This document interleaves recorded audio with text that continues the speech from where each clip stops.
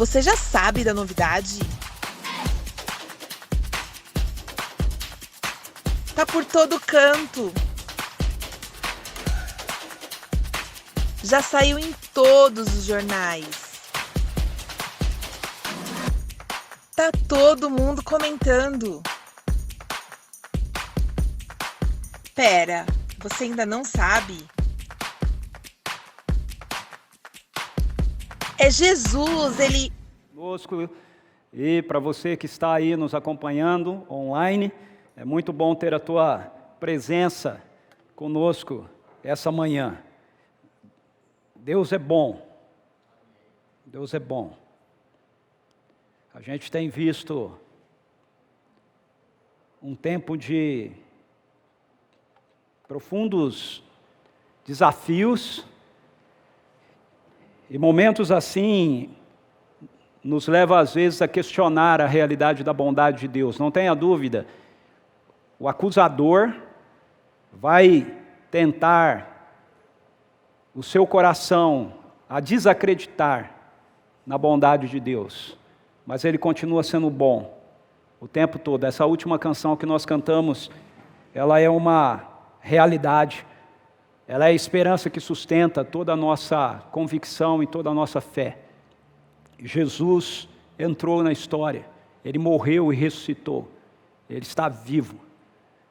Ele está vivo. E Ele retornará. E quando Ele retornar, as Escrituras nos dizem que nós vamos poder olhar nos olhos da morte, e nós vamos poder dizer: onde está, ó morte, a tua vitória? Onde está, ó morte, o teu aguilhão? Porque o aguilhão da morte é o pecado. E ele foi destruído através da morte de Jesus em uma cruz. E através da sua ressurreição, todos aqueles que creem nele estão garantidos de que também ressuscitarão, assim como ele ressuscitou. Nunca duvide disso. Nunca duvide disso. Há uma série que está disponível chamada The Chosen. Ela é um evangelho, não é? É um apanhado dos evangelhos, falando e mostrando para a gente a vida de Jesus e o caminhar dele com os seus seguidores.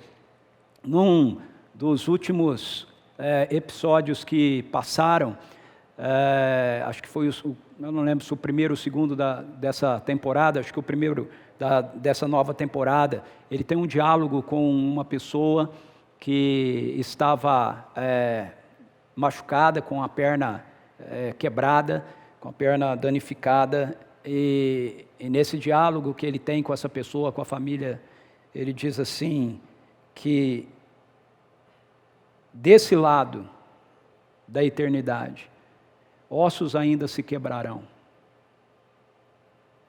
A dor ainda é uma realidade, mas que as trevas não prevalecerão contra a luz. Ele venceu. Ele venceu. É só uma questão de tempo. Ok? Eu quero orar. Pai, em nome de Jesus, eu quero te agradecer por essa revelação, que é um testemunho da tua palavra para nós, mas é um testemunho do teu Espírito em nós. Jesus ressuscitou, Ele está vivo. E todos aqueles que confiam em Ti podem descansar nessa esperança de que a morte não terá domínio sobre nossas vidas, que a morte não tem a última palavra na nossa existência. Estamos vivendo um momento onde nós temos visto muitas pessoas queridas, próximas da gente, partindo. Nós cremos que o Senhor recebe cada uma daquelas que partem confiando em Jesus. Cremos que a vida de cada um é preciosa para o Senhor. Eu peço, Espírito Santo, que o Senhor traga o teu consolo agora sobre a vida de todos aqueles que precisam disso nesse momento, que perderam uma pessoa amada. Em nome de Jesus, que o Senhor esteja trazendo essa convicção de fé ao coração de cada um, de que a última palavra não é da morte, a última palavra é da ressurreição. E eu peço em nome de Jesus Espírito Santo, que o poder de cura do Senhor se mova nesse momento sobre a nossa nação, sobre o nosso mundo. Em nome de Jesus, que cada lugar aonde exista uma pessoa nesse momento que esteja lutando com a realidade promovida por esse vírus maldito, experimente um adensar do poder da cura do Senhor, em nome de Jesus. Pedimos que o Senhor abençoe os processos de cura que têm sido usados. Pedimos que o Senhor abençoe medicamentos, as vacinas, para que elas surtam um efeito muito maior do que aquilo que as pesquisas mostram, Senhor, por causa do Teu poder. E pedimos que o Senhor interfira nisso, de forma milagrosa, Senhor, para a honra e glória do Teu nome. Mas também queremos colocar diante do Senhor tantas outras pessoas que têm enfrentado outros tipos de lutas, outros tipos de perdas. Em nome de Jesus, nós rogamos que o Senhor esteja estendendo a Tua graça sobre a vida de cada uma dessas pessoas também. Em nome de Jesus, que o Teu Espírito se mova, Senhor, com cura agora. Te pedimos, Espírito Santo, vem, em nome de Jesus. Toca em corpos nesse momento. Em nome de Jesus. Enfermidade, caia por terra na autoridade do nome de Jesus.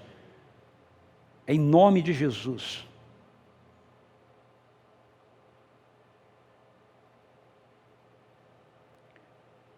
Eu oro por libertação da ansiedade, Senhor. Em nome de Jesus. A ansiedade que gera o medo. Em nome de Jesus. Que haja uma transferência de paz. O céu é um ambiente de paz, Senhor. Que venha a realidade do céu sobre a vida de cada uma dessas pessoas agora. A paz que excede todo entendimento, Senhor. Em nome de Jesus, inunde mentes e corações agora, na autoridade do nome de Jesus.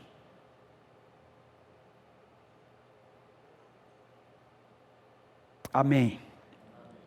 Amém. Ok, deixa eu entrar aqui na nossa transmissão. Eu não fiz isso ainda, mas eu gostaria de ver quem é que está nos acompanhando.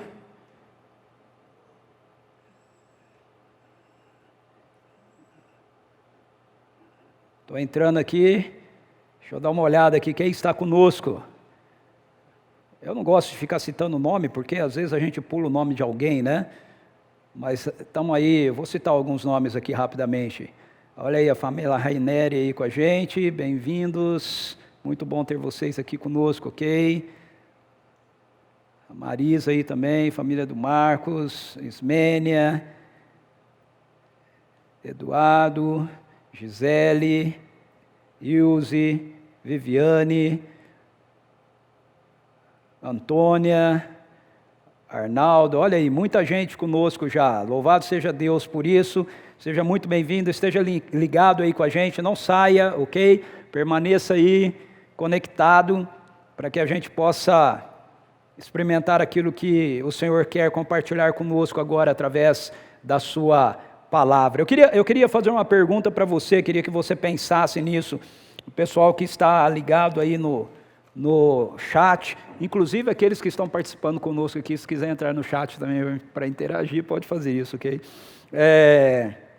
Eu queria que você pensasse um pouquinho, o que caracteriza um órfão?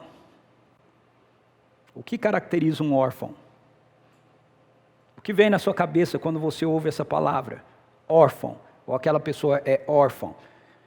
Escreve aí no chat para a gente, o que você pensa, o que você imagina quando vem nos seus ouvidos essa palavra, órfão.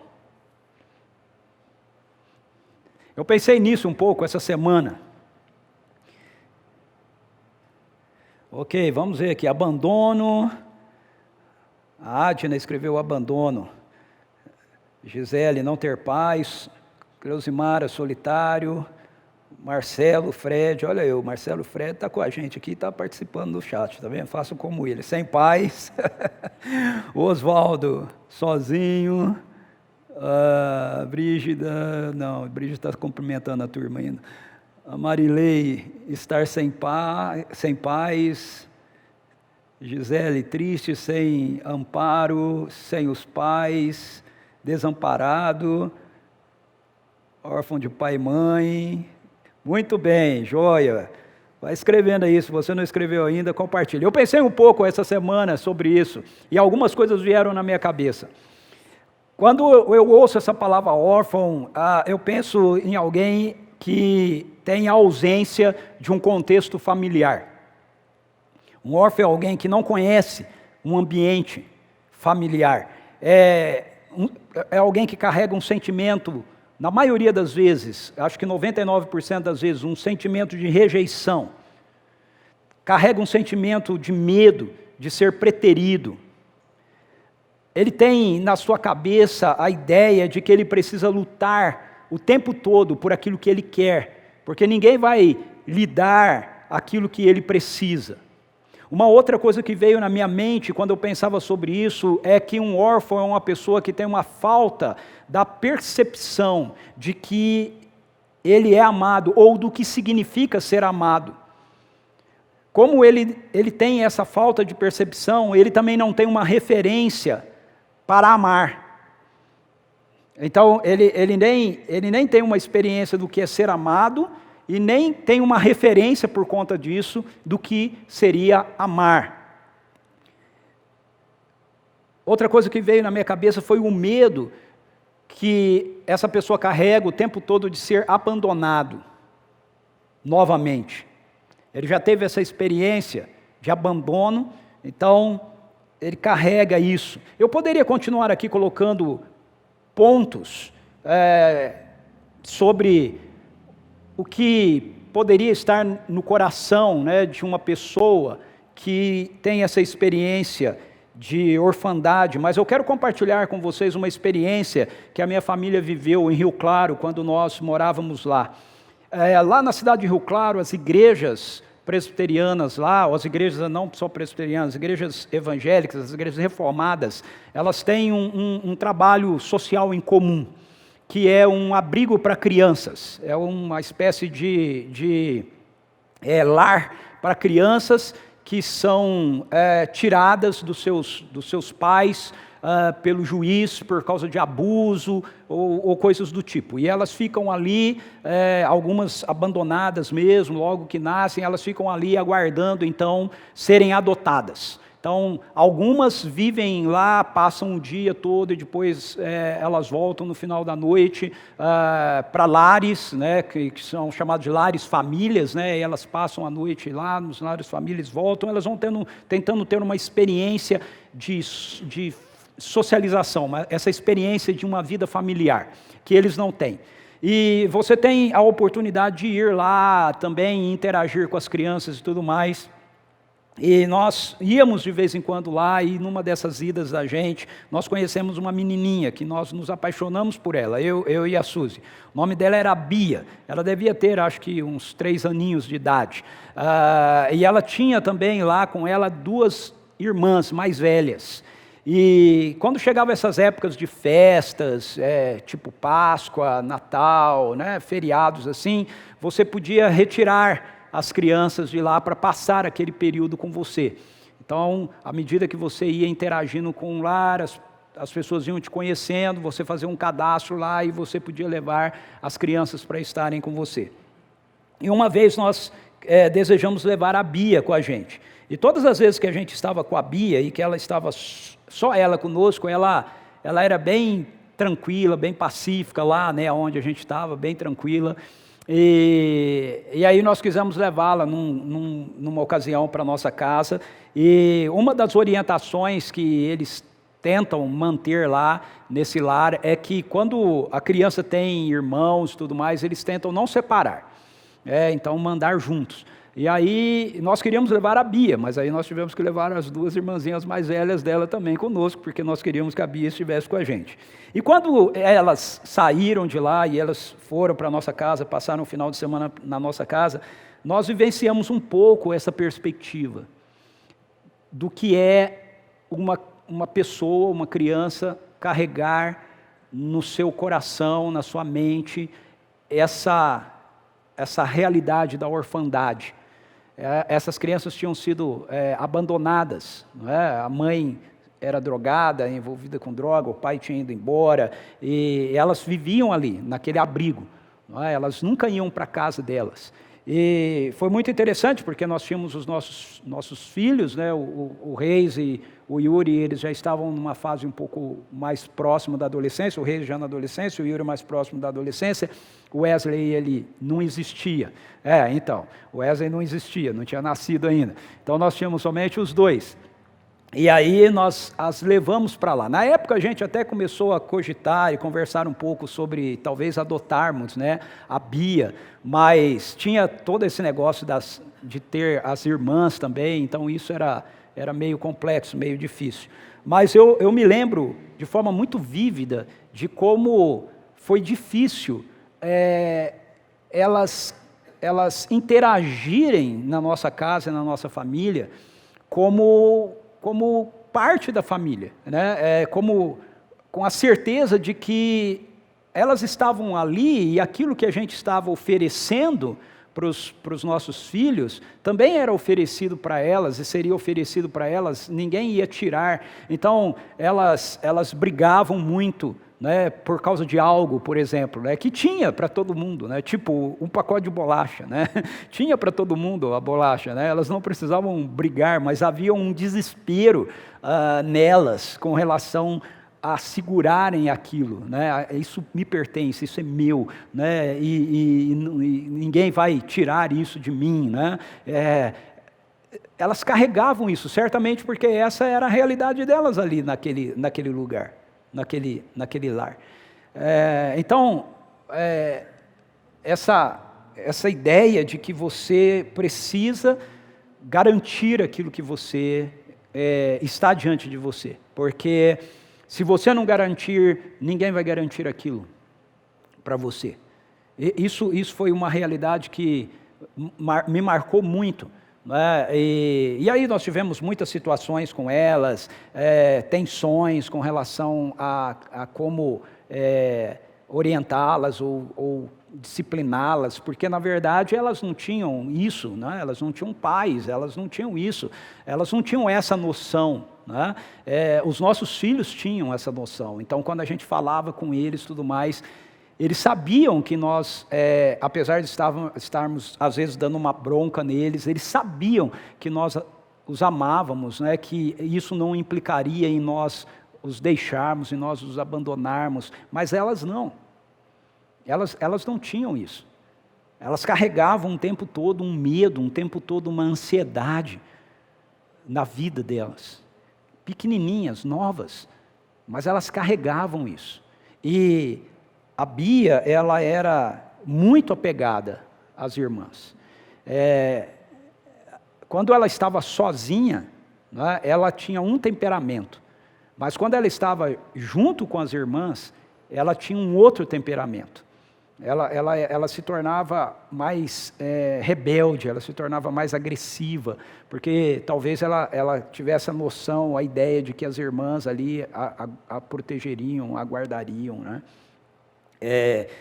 Eu sei que a gente falava muito, e a Suzy tinha muito um desejo da gente adotar, né, uma criança e tudo mais, e a gente começou a partir disso, pensar nisso. Não dava para ser a Bia, porque a gente não tinha condição de ficar com os três, né?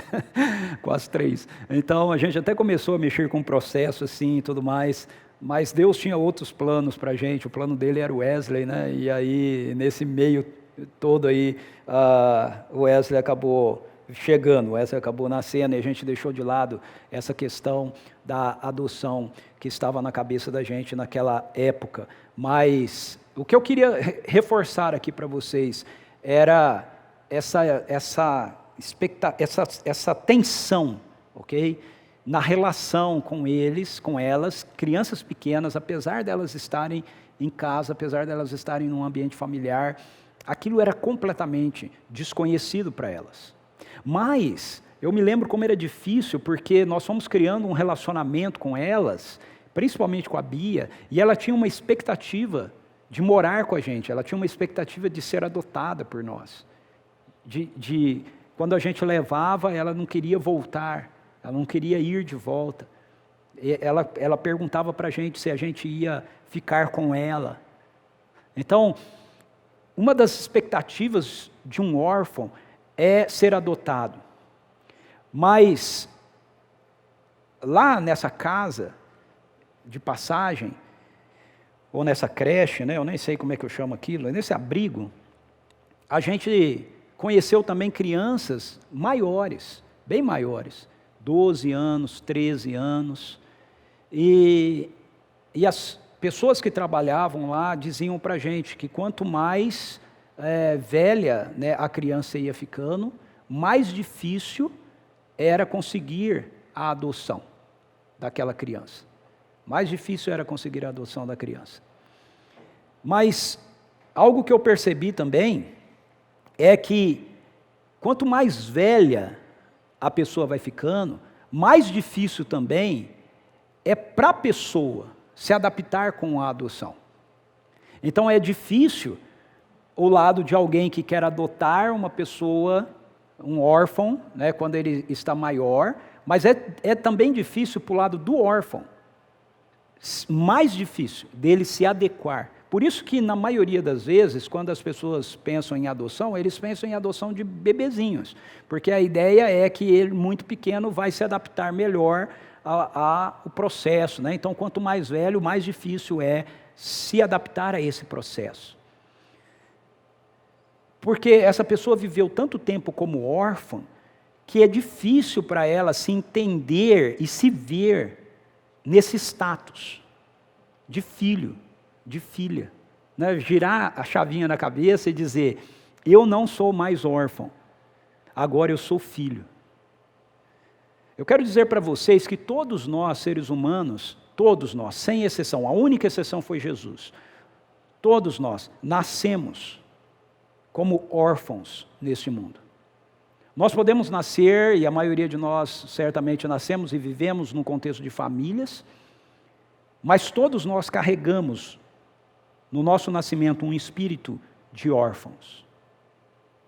Mas a boa notícia que nós temos é que Deus não deseja que nós sejamos órfãos.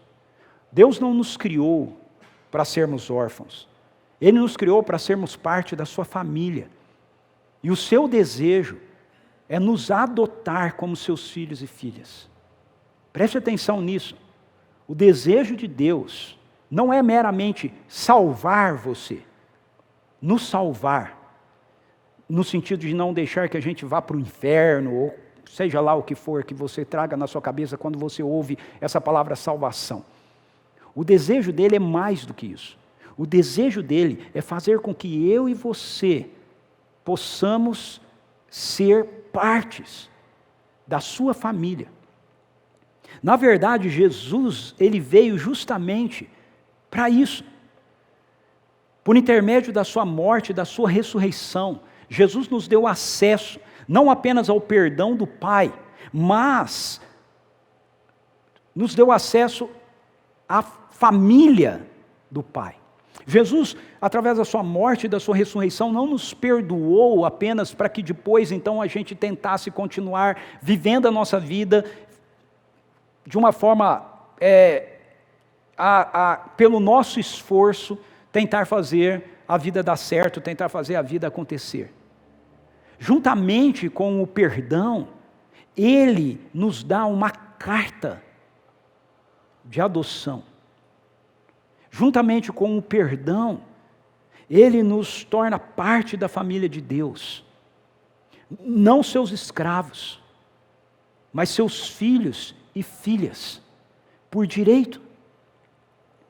Veja, O Evangelho de João, no capítulo 1, versículo 12 e 13, diz assim: mas a todos quantos o receberam, se referindo a Jesus, mas a todos quantos o receberam, deu-lhes o direito de se tornarem filhos de Deus. Ou seja, aos que creem no seu nome, os quais não nasceram do sangue, nem da vontade da carne, nem da vontade do homem, mas de Deus. Esse texto é extremamente poderoso, extremamente forte.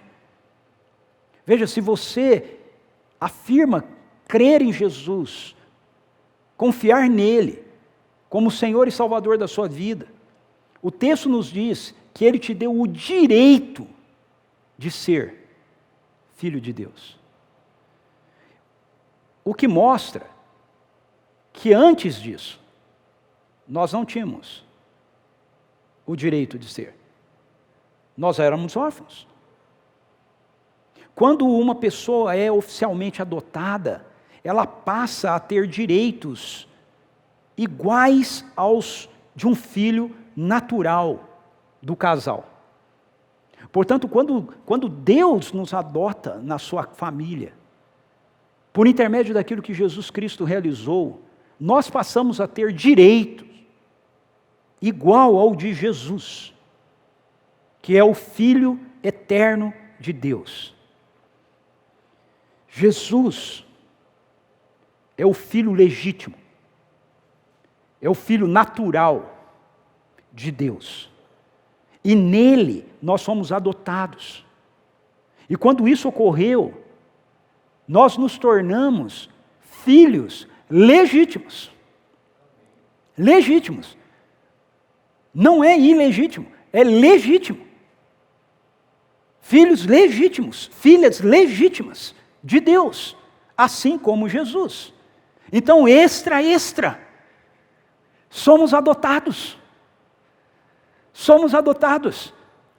Essa é a boa notícia de hoje. E aí eu quero convidar você a abrir a Bíblia comigo em Gálatas capítulo 4. Gálatas capítulo 4, versos 1 a 7. Nós encontramos algumas verdades essenciais para que a gente possa viver a partir dessa compreensão de que nós somos adotados. Você que está aí na sua casa, pegue a sua Bíblia, por favor, abra em Gálatas capítulo 4, versículos 1 a 7.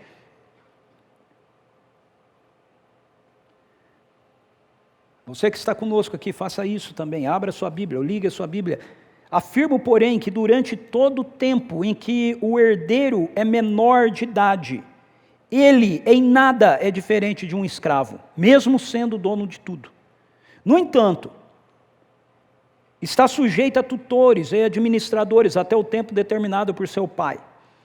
Da mesma forma, nós, quando éramos menores, estávamos debaixo de um sistema que nos escravizava aos princípios básicos deste mundo.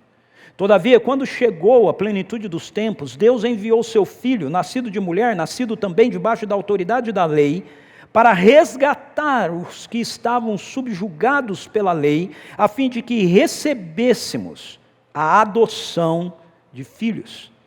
E porque sois filhos, Deus enviou o Espírito de seu Filho para habitar em vós, em vossos corações, e Ele clama: Abba, Pai. Portanto, tu não és mais escravo, mas filho, e sendo filho, és igualmente pleno herdeiro por decreto de Deus. Veja, eu quero compartilhar com você algumas verdades concernentes a essa realidade de que nós, uma vez que temos um encontro com Jesus e somos perdoados por Ele, passamos a ser parte da família de Deus, somos adotados por Deus. A primeira verdade que eu quero compartilhar com você aqui é que, como adotados, não estamos mais sujeitos a uma vida de órfãos. Uma vez que você é adotado, você não está mais sujeito a uma vida de orfandade. Nos versículos 1 a 3, eu vou reler isso. Afirmo, porém, que durante todo o tempo em que o herdeiro é menor de idade, de nada é diferente de um escravo, mesmo sendo dono de tudo. No entanto, está sujeito a tutores e administradores até o tempo determinado por seu pai.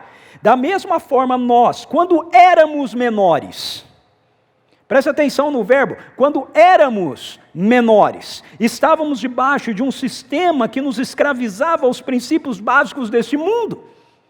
O que o apóstolo Paulo está dizendo aqui é que antes da vinda de Jesus, embora a gente pudesse ter a humanidade, principalmente representada pelos judeus, o povo de Israel do Antigo Testamento, que foi a nação formada por Deus, mas também por outros, porque em Israel outros, ao longo do Antigo Testamento, são agregados à nação, como por exemplo Ruth, a Moabita, ok? Ou Tamar e tantos outros.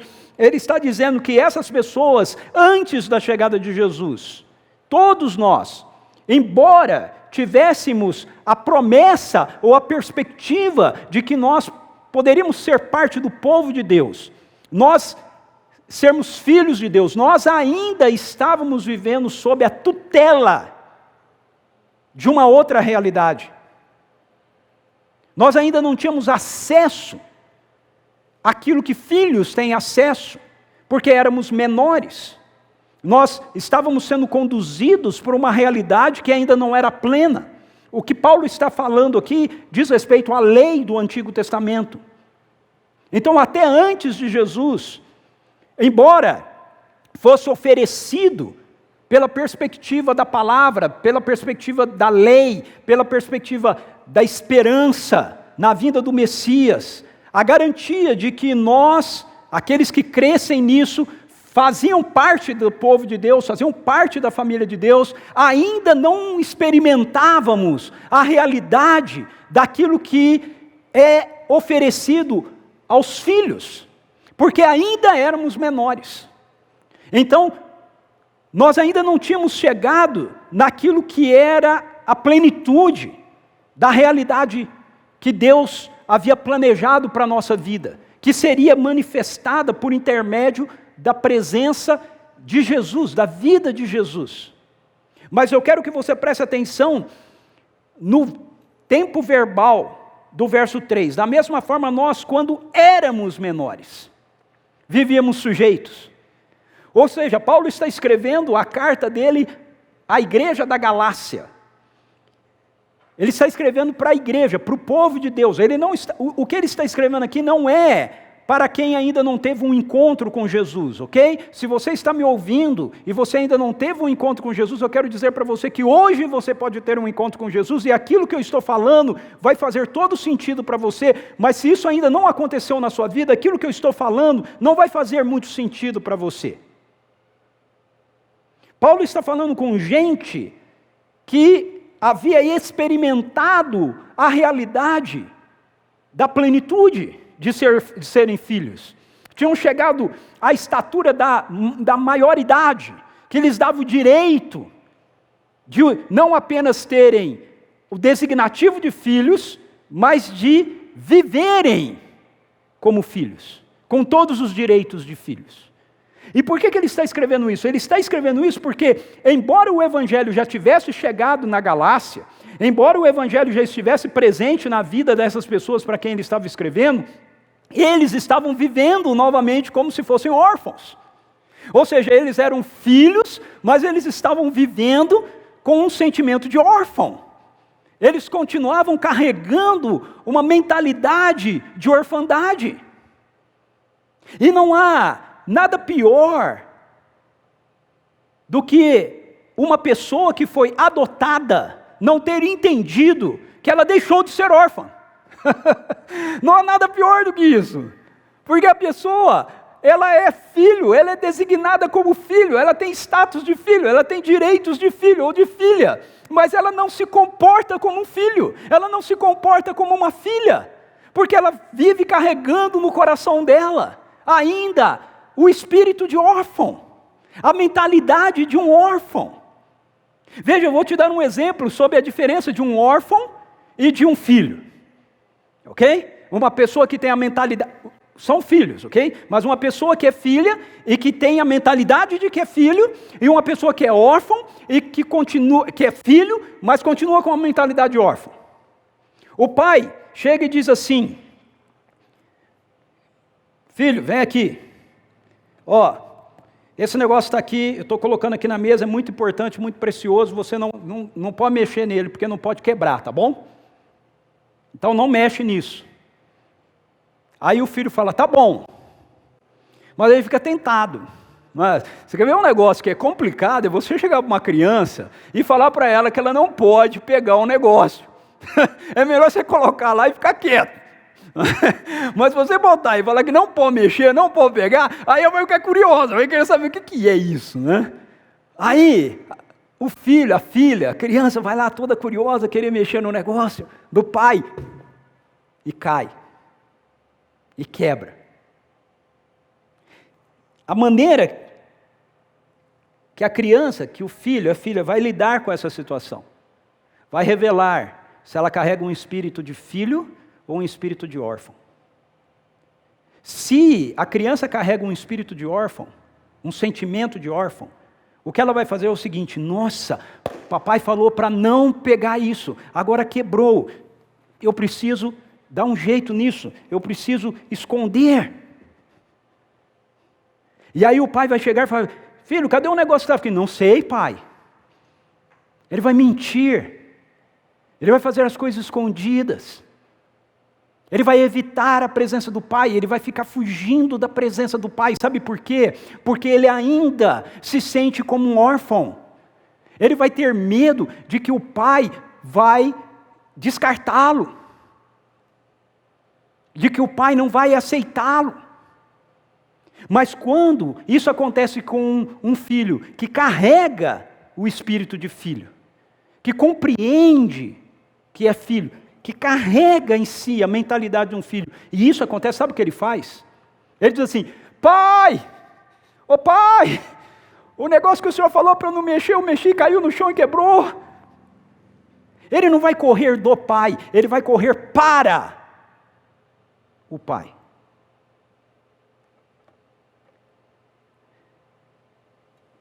Muitos que afirmam crer em Deus, e talvez esse seja o seu caso, continuam vivendo como escravos. Escravos do medo, escravos da culpa, escravos da vergonha, escravos do desempenho. Eu errei, agora eu preciso me empenhar ao máximo para mostrar para o meu pai que eu não vou mais fazer isso. Eu não vou mais errar.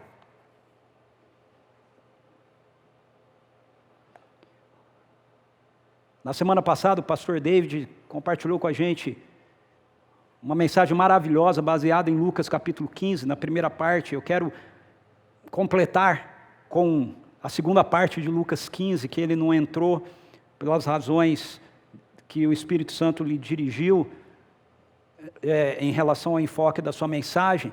Mas Lucas 15, como nós mesmos vimos no início da pregação do pastor David, Jesus conta uma parábola de um pai que tem 2 filhos.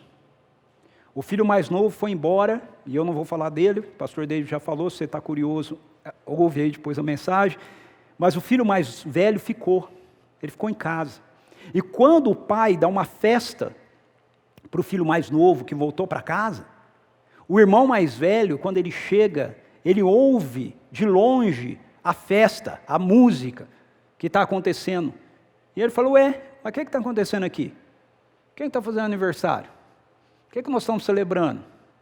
Por que dessa música? Aí um dos servos do seu pai diz assim: não, é o seu irmão mais novo que voltou para casa. O seu pai ficou tão feliz que ele mandou matar um novilho gordo e dar uma festança para celebrar o retorno dele. E aí o texto nos diz que o filho mais velho não quer entrar na casa. Ele não quer participar da festa. Sabe por quê? Porque quando nós somos filhos adotados por Deus, mas nós não conseguimos compreender essa realidade, para a gente, qualquer reconhecimento de outra pessoa é uma ameaça para nós. A gente não sabe celebrar a graça do Pai na vida do outro, porque aquilo se torna uma ameaça para a nossa vida. O filho mais velho não quer entrar, e o pai sai ao encontro do irmão mais velho. Eu acho essa parábola de Jesus é fantástica. Os paralelos que Jesus faz, né? O pai que sai ao encontro do irmão mais novo, ele sai ao encontro do irmão mais velho. E aí, quando ele se encontra com o irmão mais velho, ele diz para ele: filho, vamos entrar. A festa está acontecendo, seu irmão voltou para casa. E sabe o que o irmão mais velho fala? A fala dele demonstra que embora ele nunca tenha saído da casa do pai, como fez o irmão mais novo, a fala dele demonstra que ele carregava um espírito de órfão nele. Um sentimento de orfandade no coração. Porque o texto diz que ele vira-se para o pai e diz assim: há tanto tempo eu tenho te servido como um escravo, e tu não me deste nenhum novilho, daqueles mais magrinhos, para celebrar com os meus amigos. Aí chega esse seu filho aí, que gastou tudo que tinha com prostitutas. Veja, o texto em nenhum lugar diz que o filho mais novo gastou com prostituta. Diz que ele gastou irresponsavelmente. Mas não fala com o que ele gastou. Mas o irmão mais velho julga que ele gastou com prostitutas. Porque quando a gente carrega um espírito de órfão, a nossa postura é essa, de julgar os outros. A gente não sabe celebrar a graça de Deus na vida do irmão, e a gente tem a postura de julgar o outro. Há tanto tempo eu tenho te servido como um escravo, e tu não me deste nenhum novilho. Agora é interessante, porque o texto começa com Jesus dizendo que o irmão mais novo pediu a herança e que o pai dividiu a herança entre eles.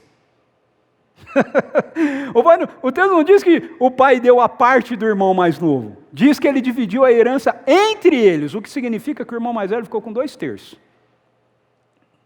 do que o pai tinha. Só que ele não se sentia filho. Embora tudo lhe pertencesse, embora tudo fosse dele, ele não se sentia filho. Então ele nunca teve a liberdade de desfrutar, de usufruir de absolutamente nada que era dele de direito, porque ele era filho, porque a herança lhe pertencia. Agora, Jesus ele é fantástico, né?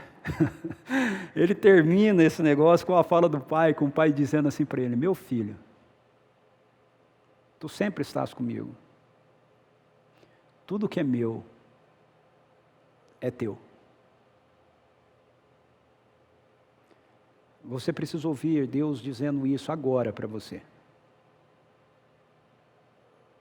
Você aí na sua casa, escute o Espírito Santo dizendo para você, se você aceitou Jesus como Senhor e Salvador, escute-o dizendo para você: você não é meu escravo, você é meu filho. Tudo que é meu é teu. Você não precisa conquistar, você não precisa ganhar, você não precisa usurpar, é teu, porque é meu como teu pai, é teu. Pessoas aqui precisam ouvir isso hoje. Deus está dizendo para você: tudo que é meu é teu. Não carregue um espírito de órfão, não tenha medo, você não vai perder aquilo que é seu por direito. Você não vai perder. Por isso o apóstolo Paulo diz: quando éramos menores, estávamos debaixo de um sistema que nos escravizava aos princípios básicos desse mundo. Mas agora você está em Cristo Jesus. Você desfruta da plenitude daquilo que o Pai nos oferece através do nosso irmão mais velho. Por isso você não precisa mais viver como um escravo. Você deve viver como um filho.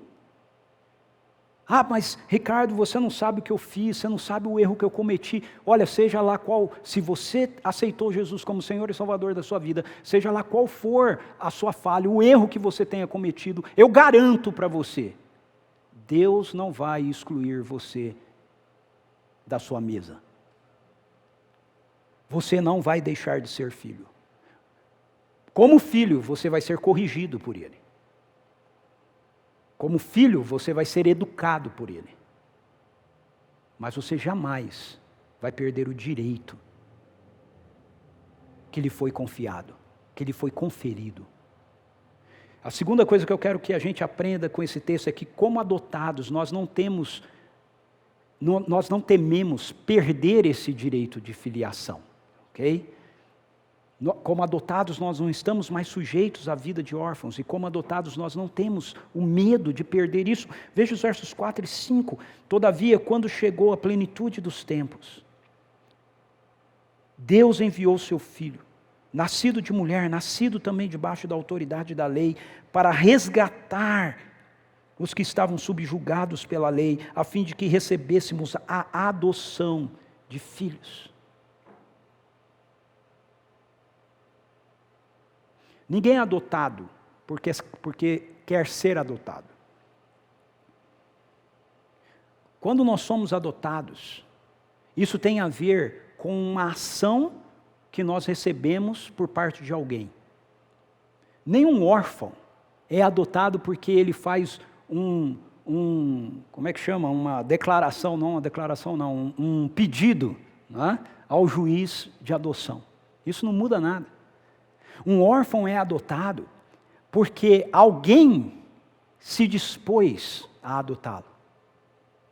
Isso parte de alguém. A adoção é um movimento unilateral. Mesmo que nós pudéssemos fazer algo, um documento, uma exigência por adoção, isso não significa que seríamos adotados.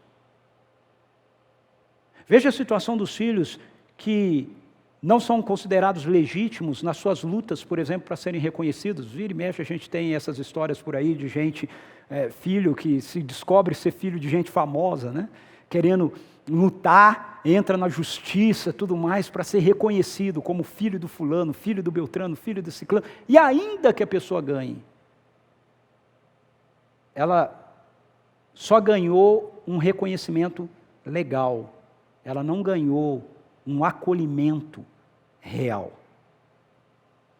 A adoção, portanto, é um ato de amor unilateral. Ela tem a ver com quem adota. Isso é maravilhoso, é isso que o apóstolo Paulo está dizendo aqui. Ele está dizendo, olha, outrora a gente vivia como escravos, mas agora, uma vez que nós somos adotados, nós não devemos mais viver assim. Por quê? Porque nos está garantido a realidade da nossa adoção.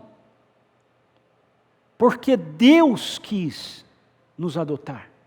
Quando chegou a plenitude do tempo, Ele enviou a sua carta de adoção. Ele enviou o seu Filho, nascido sob a lei, ou seja, nascido na mesma condição que todos os demais, para vencer a lei, para acabar com ela, no sentido dela ser o nosso tutor. Agora nós somos maiores em Cristo Jesus. Por quê? A resposta para isso é porque Deus quis. Porque Ele planejou assim, e chegou o momento disso ser executado, isso foi executado a partir da vida de Jesus. Então entenda, a adoção, que é fruto da nossa salvação, ela é um ato de graça exclusiva da parte de Deus para conosco. A nossa parte é receber o ato, e sermos extremamente gratos por ele.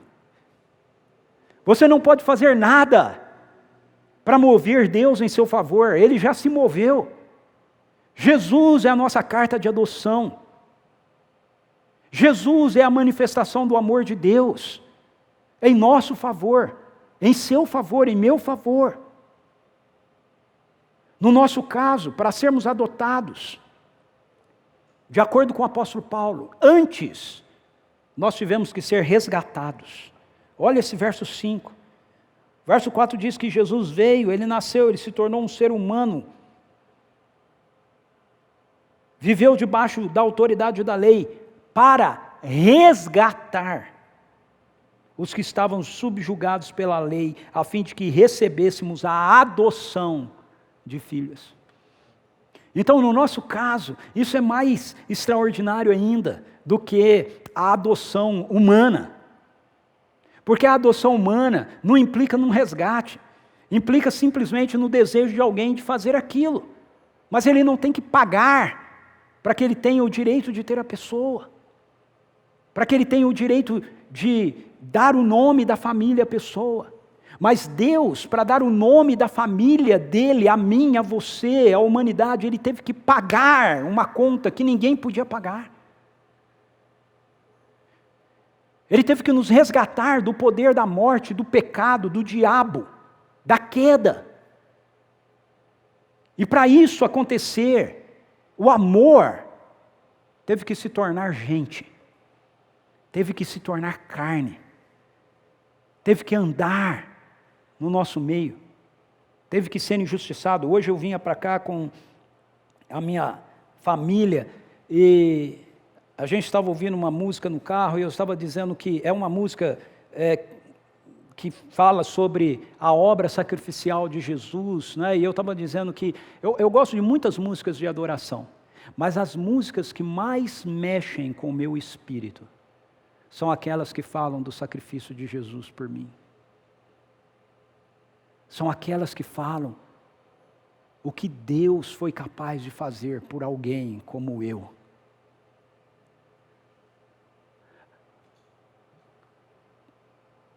Ao longo da minha vida, do meu ministério, eu tenho ouvido muitas vezes pessoas dizendo para mim assim: mas por que Deus não salva tal pessoa? Ou por que Ele não salva assim, ou não salva assado? Sabe, eu não sei responder por que algumas pessoas não são salvas. Mas eu confesso para você que isso não é algo que me intriga. Sabe o que me intriga? O que me intriga é porque Deus me salvou. É isso que me intriga. Por que Ele me salvou? Porque alguém como eu? Porque cargas d'água?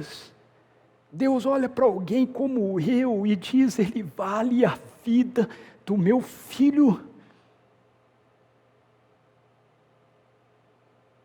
Eu vou dar o meu filho para que ele possa ser parte da minha família.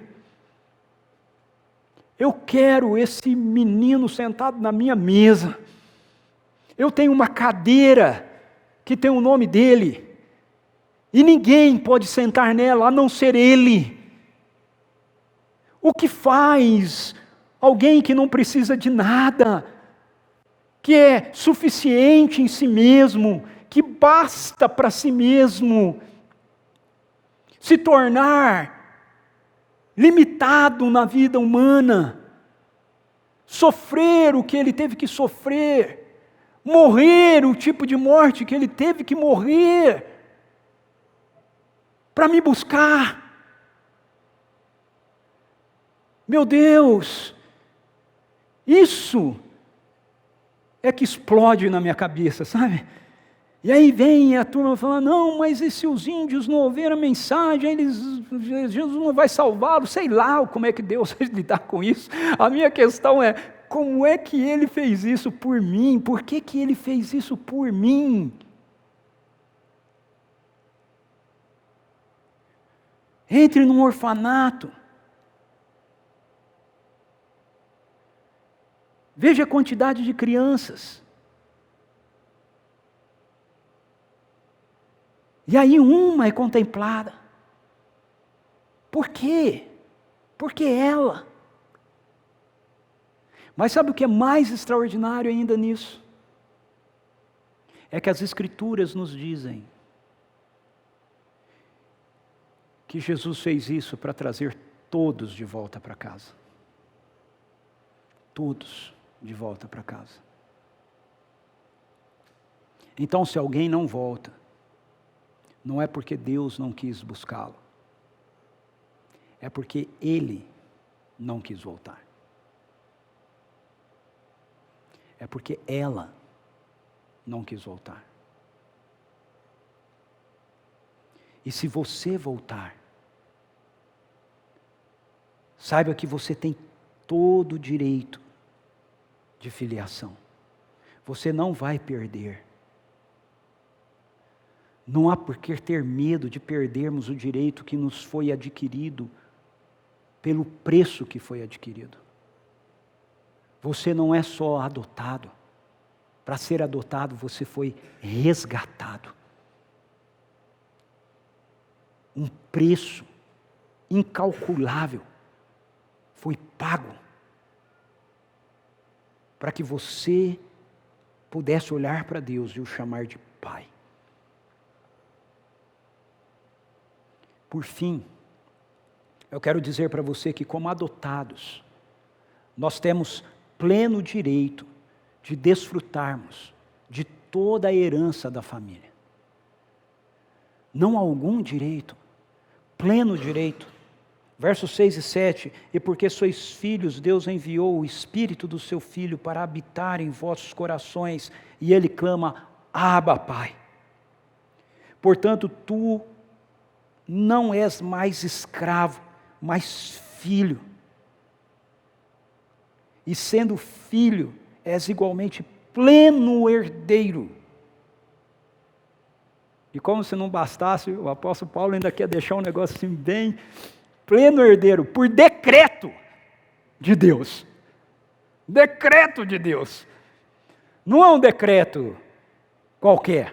Não é um decreto feito por um juiz do Supremo Tribunal Federal. É um decreto feito por Deus. Deus decretou você, filho, filha. E quando ele disse isso, o inferno tremeu. Satanás amarelou. A morte teve que correr para trás.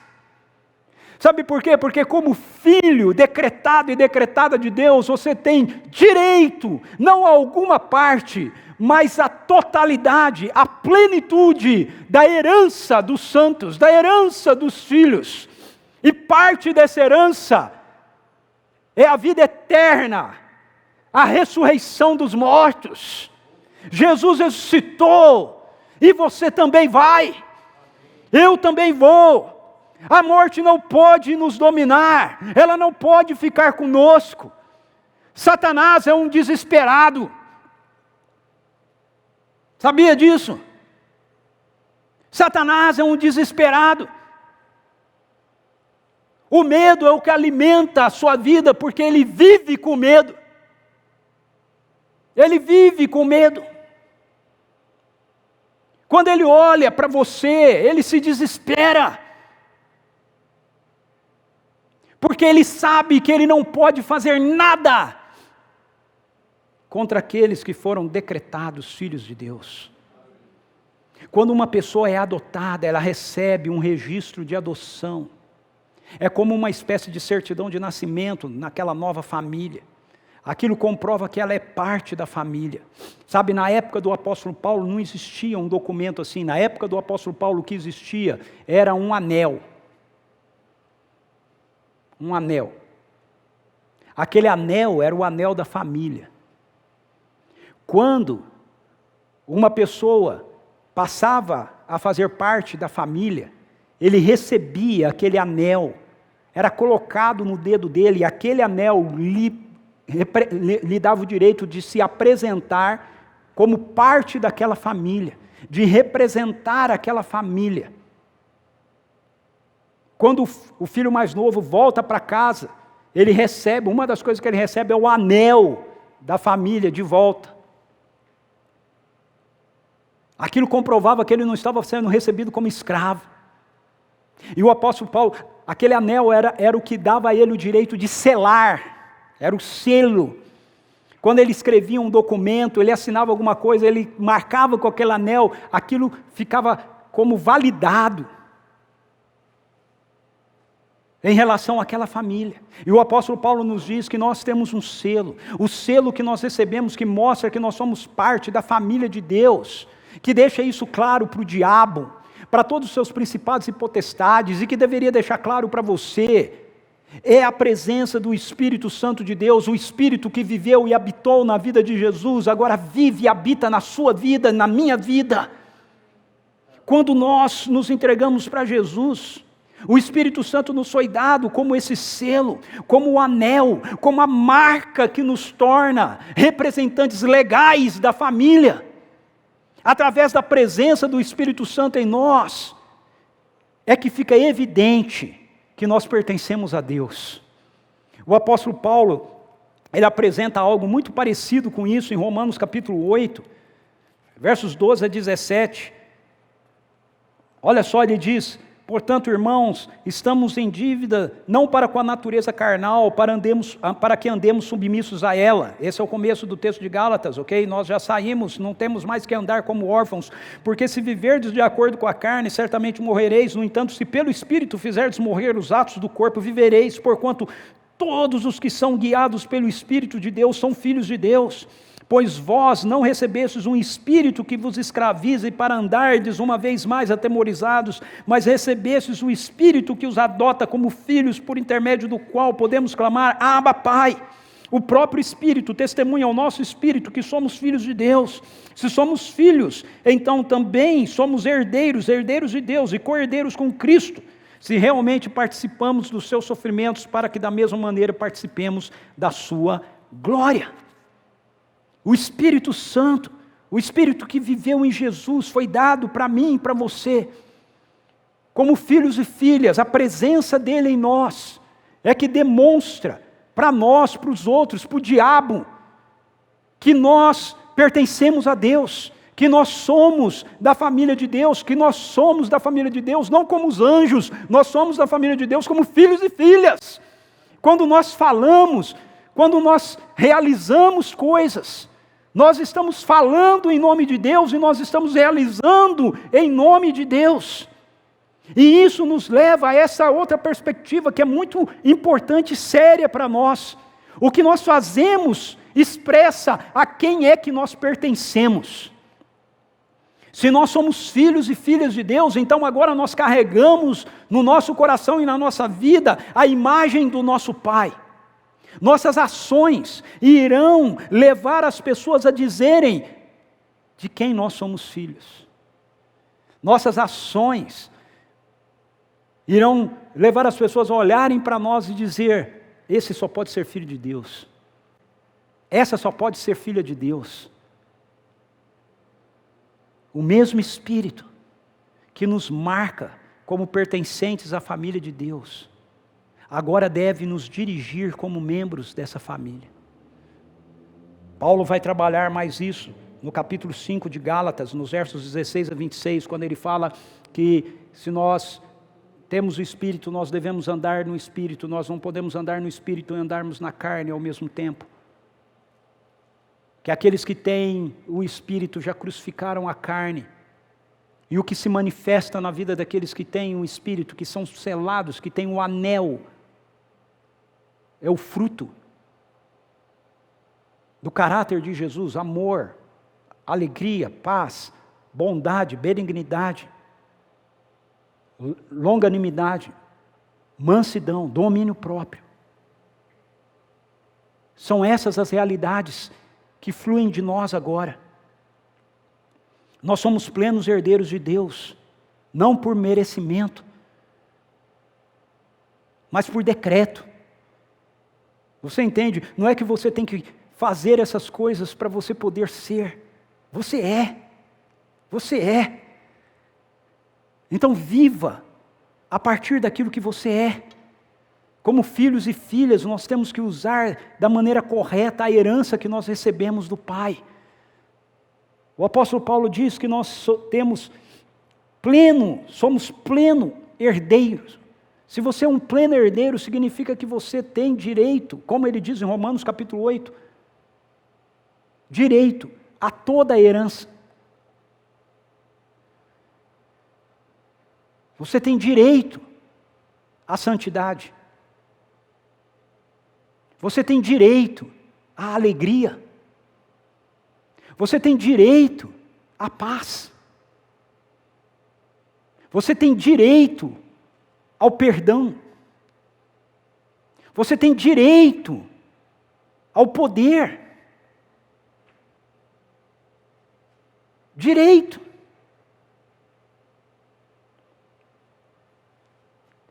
Temos que desfrutar dessa herança. E como filhos e filhas que querem representar bem ao nosso Pai, nós temos que usar essa herança da maneira adequada. Por isso o apóstolo Paulo nos diz em Romanos 8,17, que se nós sofremos com Cristo, nós também reinaremos com Ele. Jesus é a demonstração de como nós vivemos como filhos e filhas. É seguindo os seus passos que eu e você vamos manifestar essa realidade de que nós somos adotados. E eu quero encerrar, concluir, com um texto de Romanos 8,1 que diz assim: portanto, agora que você foi adotado, agora que você carrega o nome da família, agora que você tem o anel, o selo de Deus na sua vida, a presença do Espírito Santo, agora não há nenhuma condenação para aqueles que estão em Cristo Jesus.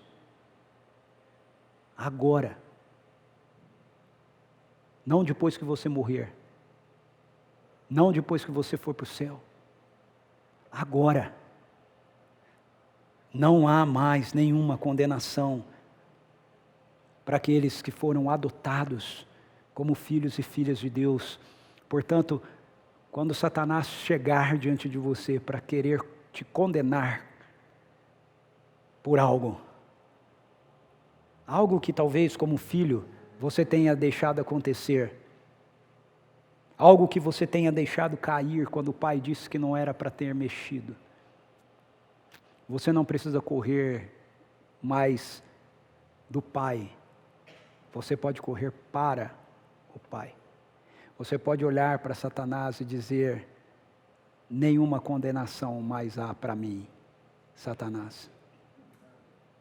Você não tem direito aqui.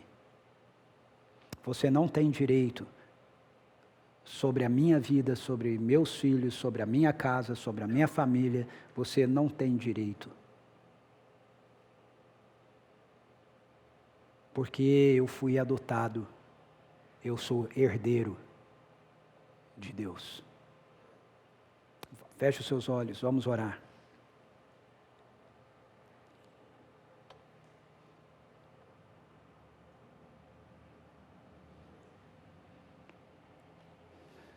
O pessoal da música pode vir para cá. Feche seus olhos, vamos orar. Há duas impressões no meu coração que eu quero orar nesse momento. Uma primeira é por pessoas que, apesar de terem ouvido tudo que eu compartilhei aqui, ainda se sentem indignas diante de Deus.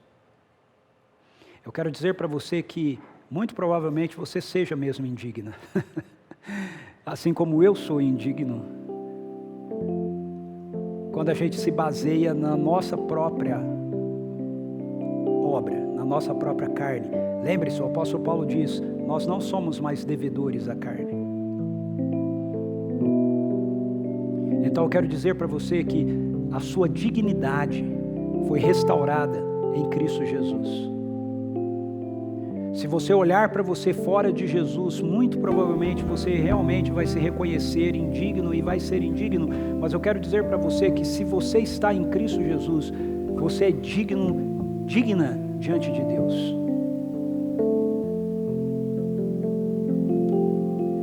Porque Ele decretou que isso fosse assim.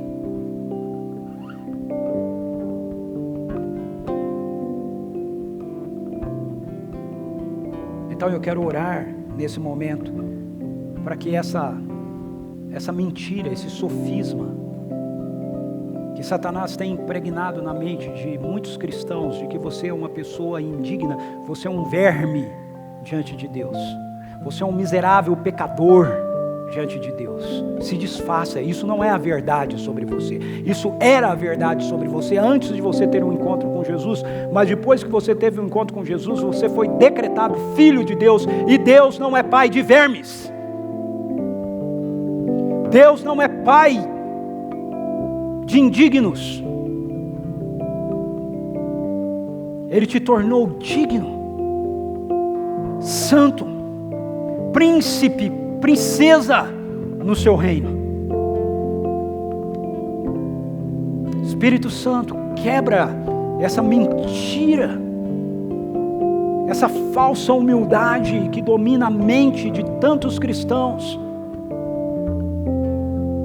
mas que nos faz andar de cabeça baixa, quando deveríamos, ó Senhor, andar com convicção de fé, de gratidão, de ousadia, por causa de quem nos tornamos em Cristo Jesus. Continuamos concordando com Satanás, que é o acusador, e que diz que somos pecadores, somos vermes, somos insignificantes. Não, em Cristo Jesus o Senhor nos ergueu, em Cristo Jesus o Senhor nos tornou homens e mulheres dignos, o Senhor nos tornou parte da nova humanidade. Sim, sim, ainda falhamos, mas isso não identifica mais quem somos. Senhor, eu peço, quebra essa mentira que amarra a mente de tantas pessoas, que faz com que tantos cristãos vivam fora da herança que foi conquistada aos santos, fora da alegria que o Senhor já liberou sobre nós pelo Teu Espírito, fora da paz que o Senhor já liberou sobre nós pelo Teu Espírito, fora do amor que o Senhor já liberou sobre nós pelo Teu Espírito.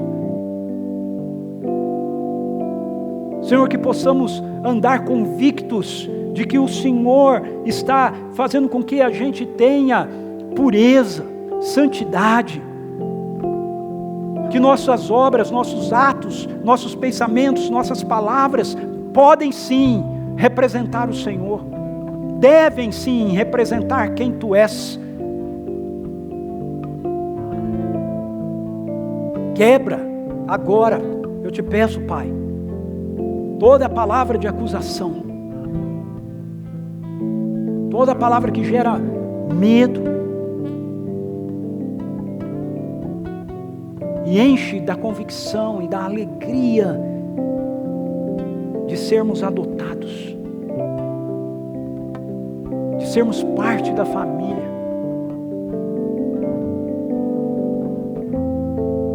A segunda impressão que eu tenho, pela qual eu quero orar agora, é por pessoas que talvez por muito tempo estiveram no meio da família, estão na igreja,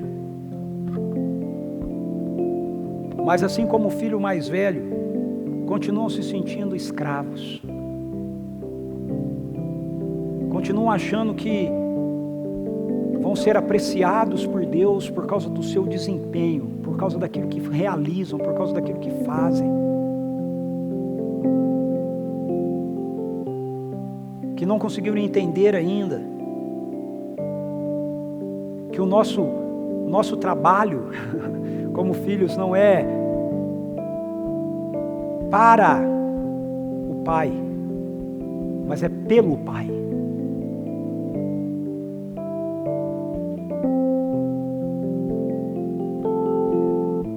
Se você se sente assim, se você se sente uma pessoa, você está na igreja há muito tempo, ou você está na igreja há algum tempo,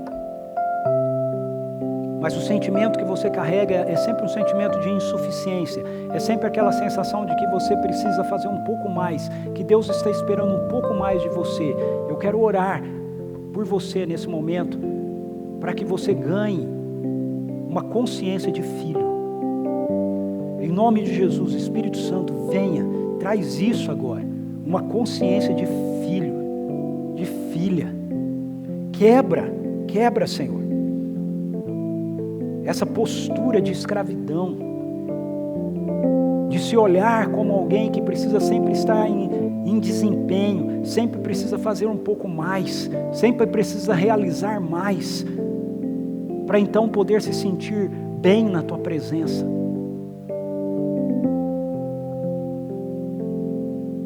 Espírito de escravidão, na autoridade do nome de Jesus, sai agora. Espírito Santo, o Senhor que veio e vive naqueles que aceitaram Jesus como Senhor e Salvador, fala agora ao espírito de cada um: Abba, Pai. Que venha a convicção de um espírito de filiação, a alegria de ser filho, a alegria de estar na casa do Pai, a alegria de poder brincar, pular, gritar, porque sabe que está seguro. Está seguro porque o Senhor decretou que fôssemos seus filhos e filhas. E o Senhor pagou o preço em Cristo Jesus, para que nós pudéssemos saber que tudo o que é teu é nosso, Senhor. Em nome de Jesus. Amém.